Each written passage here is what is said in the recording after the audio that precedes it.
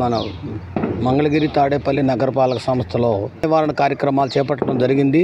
ఒక 45 డేస్ నుంచి మన నగరపాలక సంస్థలో అన్ని ప్రాంతాల యందు స్పెషల్ డ్రైవ్స్ చేసుకుంటూ అన్ని ప్రాంతాల్లో దోమల నివారణ దానిపై అవగాహన కల్పిస్తూ పట్టణ హెల్త్ సెక్రటరీస్ వాళ్ళందరి ద్వారా కూడా అవగాహన ఏర్పాటు చేయడం జరిగింది.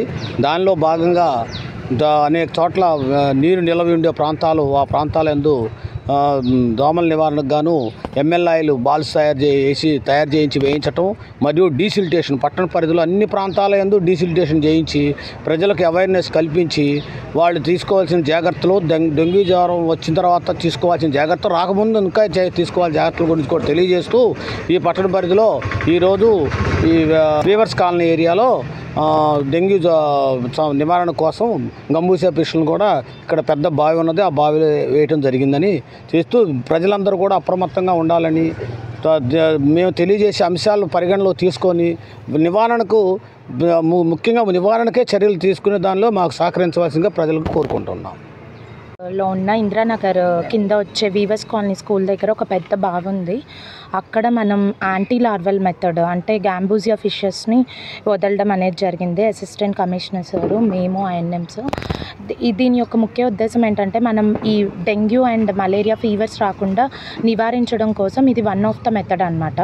దాంతోపాటు మీరు ప్రజలు ఇంకా ఇవి ప్రివెంట్ చేయడానికి ఏం చేయాలంటే మస్కిటో కాయిల్స్ వాడాలి, మస్కిటో నెట్స్ వాడాలి. మెయిన్గా మీ ఇంటి పరిసరాలన్నీ నీట్గా శుభ్రంగా ఉంచుకోవాలి. పూల కుండీల్లో వాటిల్లో నీరు నిల్వ ఉండకుండా, ఈ కూలర్స్లో వాటిల్లో నీరు నిల్వ ఉండకుండా చూసుకోవాలి. ఎందుకంటే అక్కడ ఈ దోమలు డెంగ్యూ కాజ్ చేసే దోమల యొక్క గుడ్లు పెట్టడం వల్ల అవి పెరిగి మిమ్మల్ని కుట్టినప్పుడు ఈ ఫీవర్స్ అనేవి వస్తాయి. డెంగ్యూ సింటమ్స్ ఎలా ఉంటాయి అంటే హై గ్రేడ్ ఫీవర్తో పాటు ఒళ్ళంతా దద్దుర్లు వస్తాయి, తర్వాత వాంతులు అవుతాయి, విపరీతమైన తలనొప్పి వస్తుంది. అండ్ ప్లేట్లెట్స్ కణాలు కనుక పడిపోతే చిగుర్ల నుంచి తర్వాత ముక్కులో నుంచి అండ్ యూరిన్లో బ్లీడింగ్ అయ్యే ఛాన్సెస్ కూడా ఉంటాయి ఇది సివియర్ కండిషన్స్లో. సో ఇలాంటివి అవ్వకుండా ఉండాలంటే ఫీవర్ రాగానే మీరు వెంటనే దగ్గరలో ఉన్న ఆరోగ్య కేంద్రంకి వచ్చి టెస్టులు చేయించుకొని దానికి తగిన మందులు తీసుకోవాల్సిందిగా కోరుకుంటున్నాను.